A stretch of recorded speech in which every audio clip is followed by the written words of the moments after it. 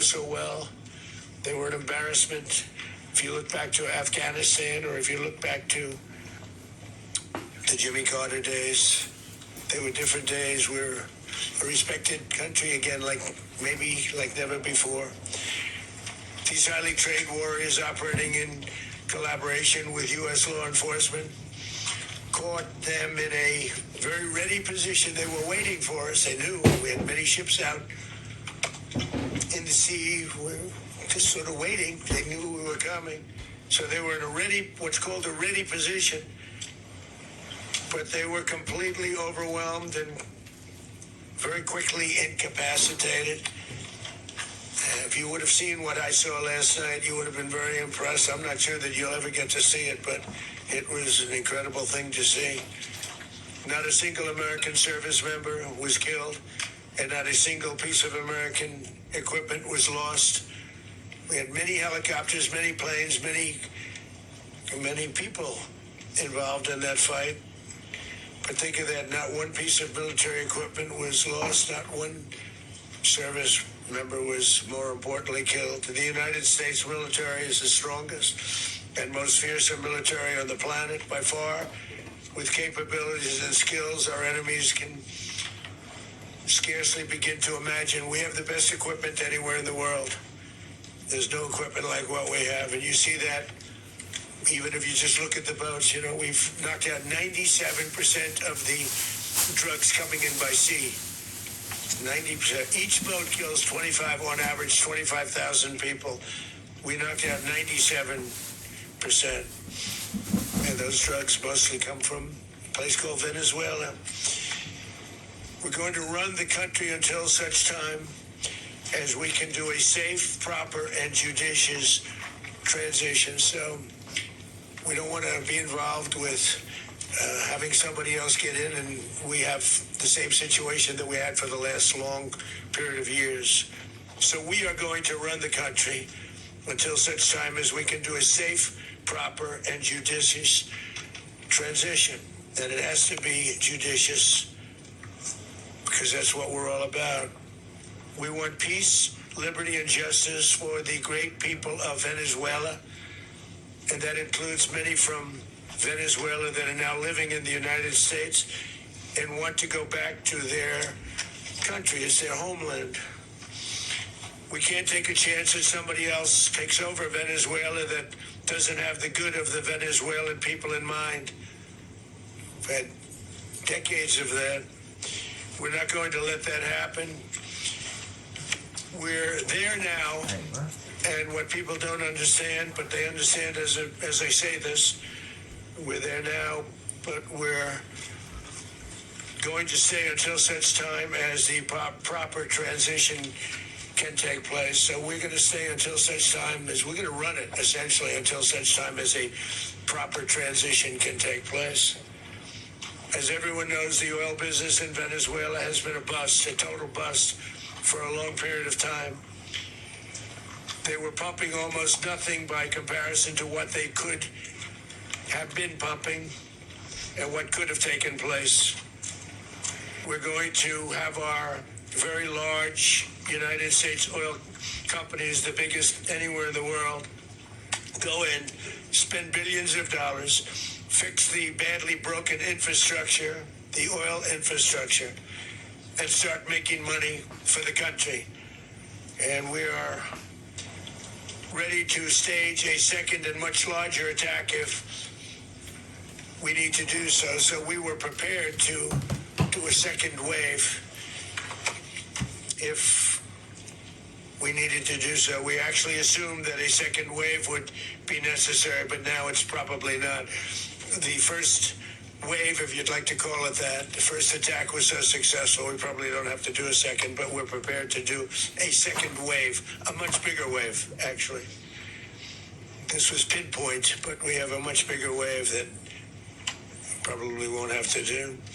This partnership of Venezuela with the United States of America, a country that everybody wants to be involved with because of what we were able to do and accomplish, will make the people of Venezuela rich, independent, and safe. And it will also make the many, many people from Venezuela that are living in the United States extremely happy. They suffered. They suffered. So much was taken from them. They're not going to suffer anymore. The illegitimate dictator Maduro was the kingpin of a vast criminal network responsible for trafficking colossal amounts of deadly and illicit drugs into the United States. As alleged in the indictment, he personally oversaw the vicious cartel known as Cartel de las Solas, which flooded our nation with lethal poison, responsible for the deaths of countless Americans, many, many Americans. Hundreds of thousands over the years of Americans died because of him. Maduro and his wife will soon face the full might of American justice and stand trial on American soil. Right now, they're on a ship. They'll be heading to, ultimately, New York. And then a decision will be made, I assume, between New York and Miami or Florida. But we have people where the overwhelming evidence of their crimes will be presented in a court of law. And I've seen it. I've seen what we have. It's both horrible and breathtaking that something like this could have been allowed to take place.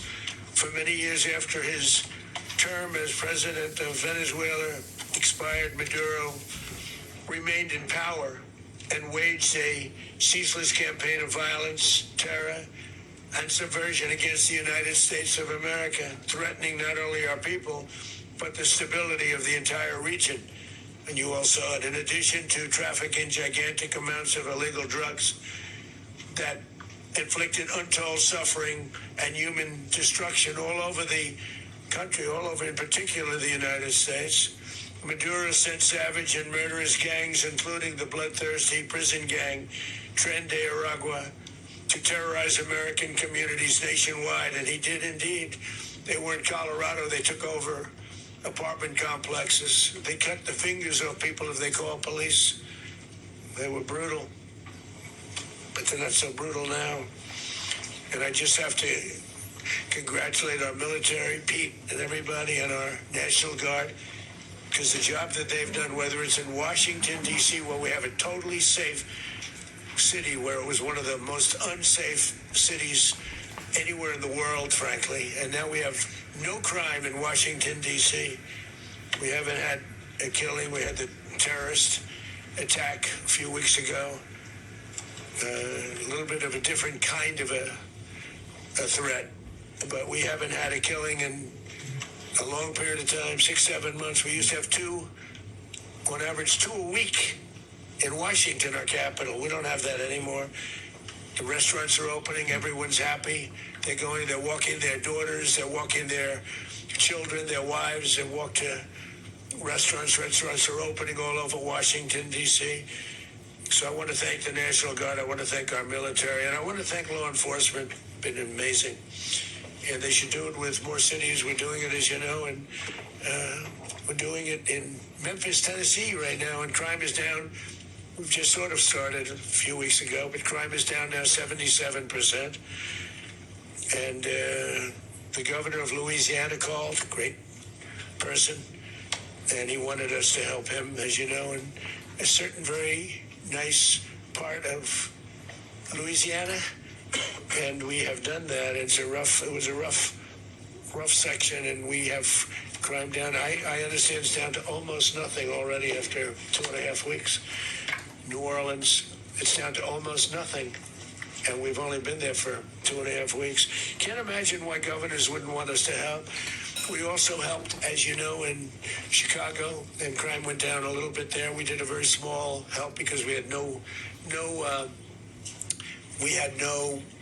working ability with the governor. The governor was a disaster, and the mayor was a disaster, but it knocked down crime. But we're pulling out of there. When they need us, we'll know. You'll know. You'll be writing about it. And likewise, Los Angeles, where we saved Los Angeles early on, where the head of the police department made a statement that if the federal government didn't come in, we would have lost Los Angeles. That's long after the fires. That's when they had the riots in Los Angeles. We did a great job. Got no credit for it whatsoever, but that's okay. It doesn't matter. We don't need the credit. but we'll be pulling out when they need us. They'll call, or we'll go back if we have to. We'll go back. But we did a great job in various cities. But the place that we're very proud of is Washington, D.C., because it's our nation's capital. We took it from being a crime-ridden mess to being one of the safest cities in the country. But the gangs that they said raped, tortured, and murdered American women and children, they were in all of the cities I mentioned, Tren de Aragua, and they were sent by Maduro to terrorize our people, and now Maduro will never again be able to threaten an American citizen or anybody from Venezuela. There will no longer be threats. For years I've highlighted the stories of those innocent Americans whose lives were so heartlessly robbed by this Venezuelan terrorist organization. Really one of the worst, they say the worst. Americans like 12-year-old Jocelyn Nungari from Houston, beautiful Jocelyn Nungari, what happened to her? They, as you know, they kidnapped, assaulted, and murdered by Tren de Aragua animals. They murdered Jocelyn and left her dead under the bridge. It was a bridge that will never be the same to so many people after seeing what happened. As I've said many times, the Maduro regime emptied out their prisons, sent their worst and most violent monsters into the United States to steal American lives. And they came from mental institutions and insane asylums. They came from prisons and jails. The reason I say both, they sound similar. Actually, prisons a little bit more hostile, a little bit tougher. A mental institution isn't as tough as an insane asylum, but we got them both. They sent from their mental institutions, they sent from their jails, prisons. They were drug dealers, they were drug kingpins. They sent everybody bad into the United States, but no longer. And we have now a border where nobody gets through. In addition, Venezuela unilaterally seized and sold American oil, American assets, and American platforms, costing us billions and billions of dollars. They did this a while ago, but we never had a president that did anything about it. They took all of our property. It was our property. We built it. And we never had a president that decided to do anything about it. Instead, they fought wars that were 10,000 miles away. We built Venezuela oil industry with American talent, drive, and skill, and the socialist regime stole it from us during those previous administrations, and they stole it through force. This constituted one of the largest thefts of American property in the history of our country. Considered the largest theft of property in the history of our country. Massive oil infrastructure was taken like we were babies, so we didn't do anything about it. I would have done something about it. America will never allow foreign powers to rob our people or drive us back into and out of our own hemisphere. That's what they did. Furthermore, under the now deposed dictator Maduro, Venezuela was increasingly hosting foreign adversaries in our region and acquiring menacing offensive weapons that could threaten U.S. interests and lives. And they used those weapons last night. Potentially in league with the cartels operating along our border. All of these actions were in gross violation of the core principles of American foreign policy, dating back more than 2 centuries, and not anymore. All the way back, it dated to the Monroe Doctrines, and the Monroe Doctrine is a big deal, but we've superseded it by a lot. By a real lot. They now call it the Monroe document. I don't know. It's Monroe Doctrine. We sort of forgot about it. It was very important, but we forgot about it. We don't forget about it anymore. Under our new national security strategy, American dominance in the Western Hemisphere will never be questioned again. Won't happen. So just in concluding, for decades, other administrations have neglected or even contributed to these growing security threats in the Western Hemisphere. Under the Trump administration, we are reasserting American power in a very powerful way in our home region. And our home region is very different than it was just a short while ago. The future will be, and we did this in my first term. We had great dominance in my first term, and we have far greater dominance right now. Everyone's coming back to us. The future will be determined by the ability to protect commerce and territory and resources that are core to national security. These are core to our national security. Just like tariffs are, they've made our country rich, and they've made our national security stronger than ever before. But these are the iron laws that have always determined global power. And we're going to keep it that way. We will secure our borders. We'll stop the terrorists. We will crash the cartels, and we will defend our citizens against all threats, foreign and domestic. Other presidents may have lacked the courage or whatever to defend America, but I will never allow terrorists and criminals to operate with impunity against the United States.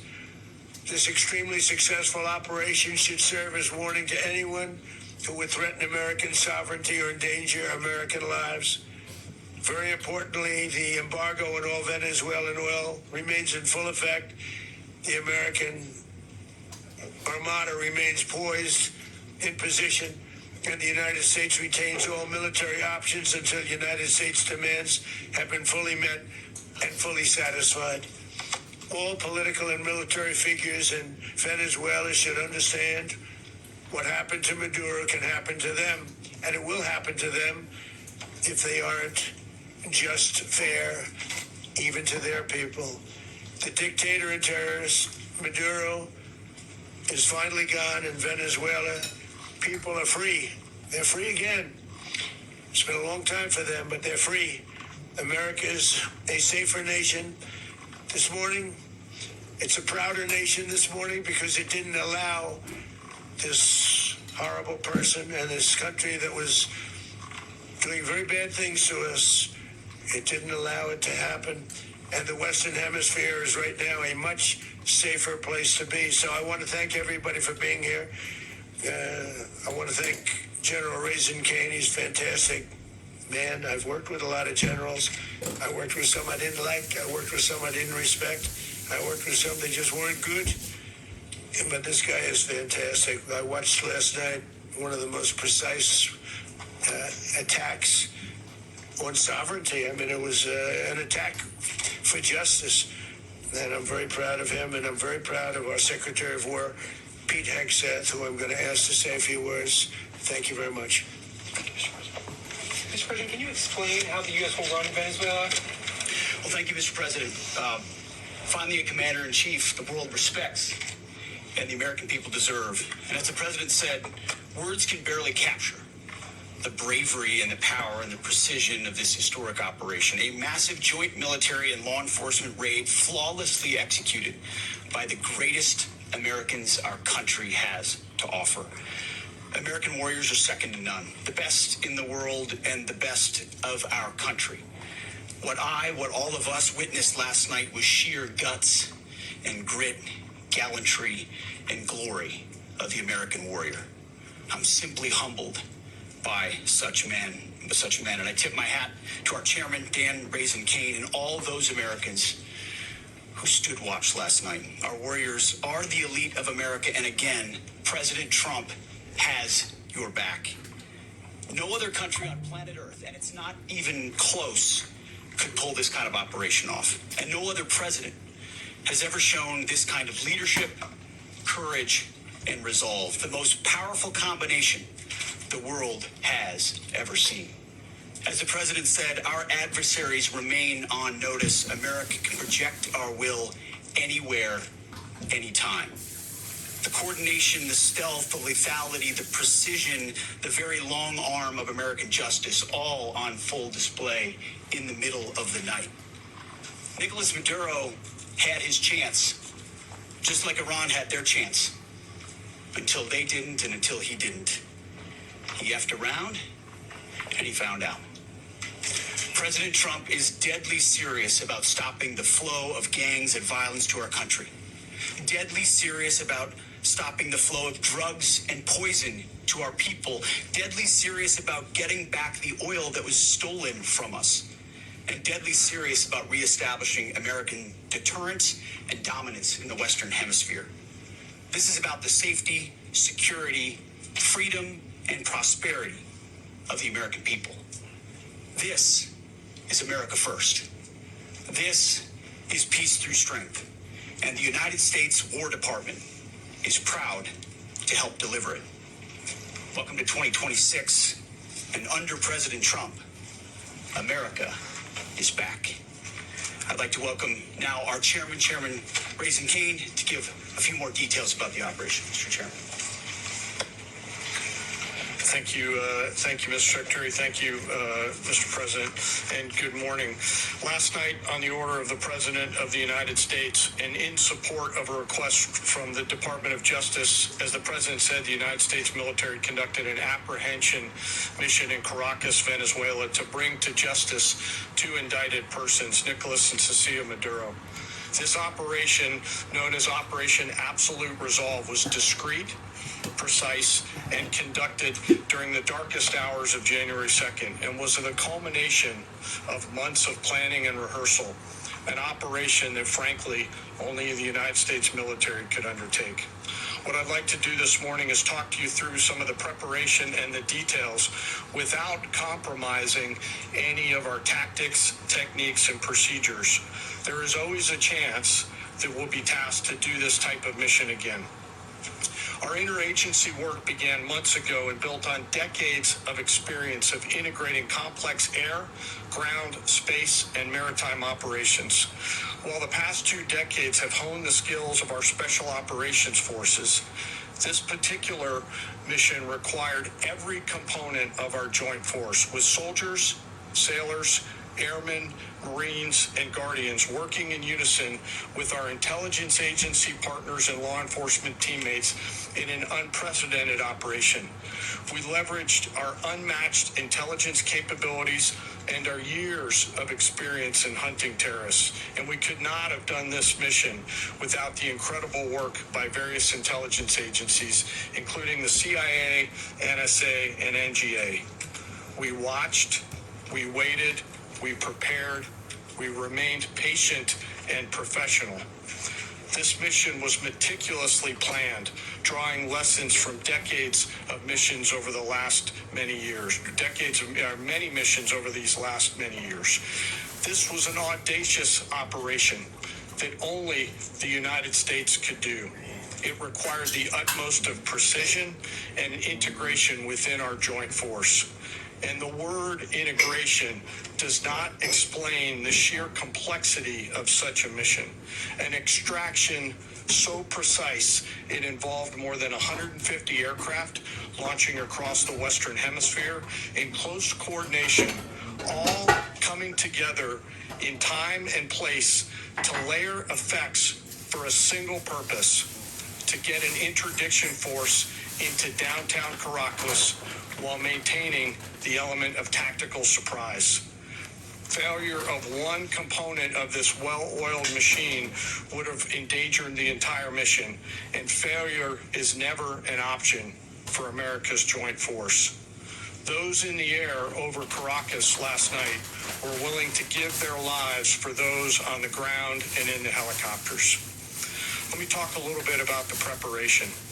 After months of work by our intelligence teammates to find Maduro and understand how he moved, where he lived, where he traveled, what he ate, what he wore, what were his pets, in early December, our force was set pending a series of aligned events.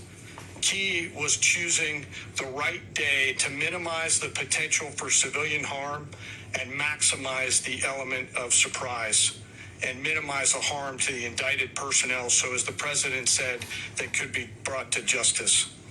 And as the President said earlier today, weather in Venezuela is always a factor this time of the year. And over the weeks through Christmas and New Year's, the men and women of the United States military sat ready patiently waiting for the right triggers to be met and the president to order us into action. Last night, the weather broke just enough, clearing a path that only the most skilled aviators in the world could maneuver through. Ocean, mountain, low cloud ceilings. But when tasked with a mission, this organization does not quit. At 10:46 p.m. Eastern Time last night, the president ordered the United States military to move forward with this mission. He said to us, and we appreciate it, Mr. President, good luck and Godspeed. And those words were transmitted to the entire Joint Force. Over the course of the night, aircraft began launching from 20 different bases on land and sea across the Western Hemisphere. In total, more than 150 aircraft, bombers, fighters, intelligence, reconnaissance, surveillance, rotary wing were in the air last night. Thousands and thousands of hours of experience were airborne. Our youngest crew member was 20, and our oldest crew member was 49. And there's simply no match for American military might. As the night began, the helicopters took off with the extraction force, which included law enforcement officers, and began their flight into Venezuela at 100 feet above the water. As they approached Venezuelan shores, the United States began layering different effects provided by Spacecom, Cybercom, and other members of the interagency to create a pathway. Overhead, those forces were protected by aircraft from the United States Marines, the United States Navy, the United States Air Force, and the Air National Guard. The force included F-22s, F-35s, F-18s, EA-18s, E-2s, B-1 bombers, and other support aircraft, as well as numerous remotely piloted drones. As the force began to approach Caracas, the Joint Air Component began dismantling and disabling the air defense systems in Venezuela, employing weapons to ensure the safe passage of the helicopters into the target area.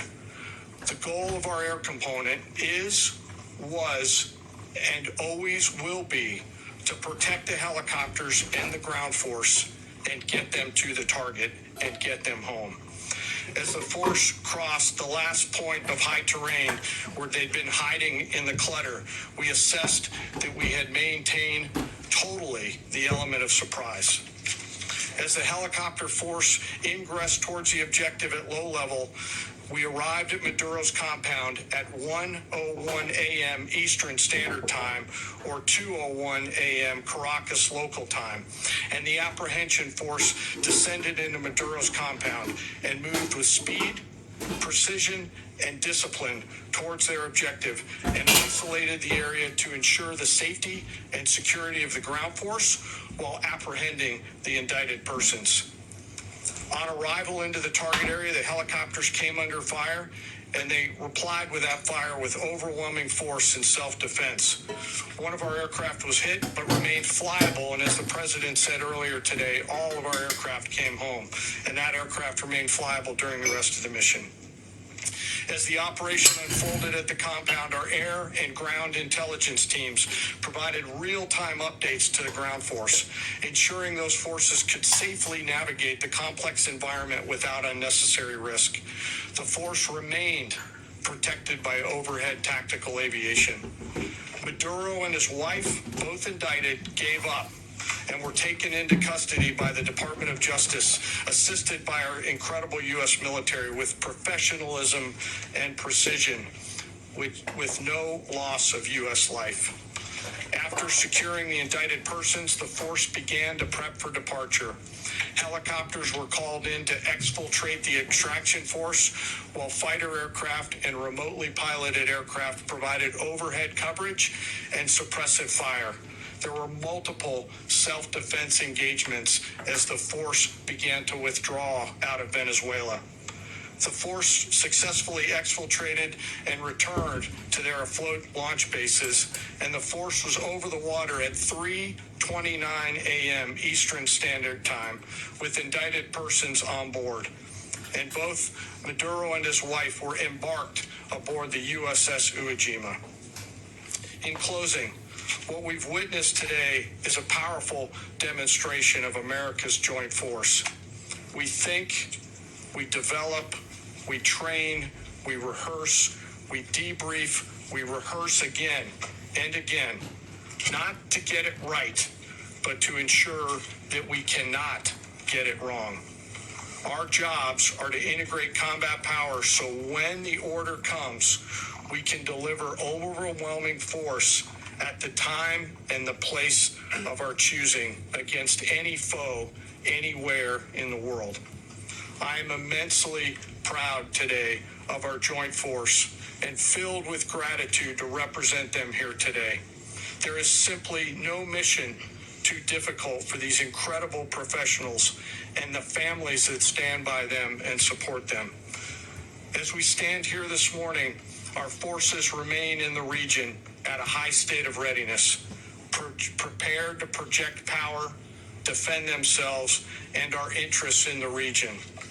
This operation is a testament to the dedication and unwavering commitment to justice and our resolve to hold accountable those who threaten peace and stability. In closing, I want to express my heartfelt gratitude to the brave men and women who executed this mission. Their courage and tireless commitment to our nation are what makes us strong. Thank you, Mr. Secretary, and thank you, Mr. President. Thank you. Well, I don't have much to add to what you've heard now, other than the following points. Nicolas Maduro was indicted in 2020 in the United States. He is not the legitimate president of Venezuela. That's not just us saying it. The first Trump administration, the Biden administration, the second Trump administration, none of those three recognized him. He's not recognized by the European Union and multiple countries around the world. He is a fugitive of American justice with a $50 million reward, which I guess we saved $50 million. And We should make sure. yeah, exactly. But Don't let anybody claim it. Nobody deserves it but us. But I want to be clear about one thing. Nicolas Maduro had multiple opportunities to avoid this. He was provided multiple very, very, very generous offers and chose instead to act like a wild man, chose instead to play around. And the result is what we saw tonight.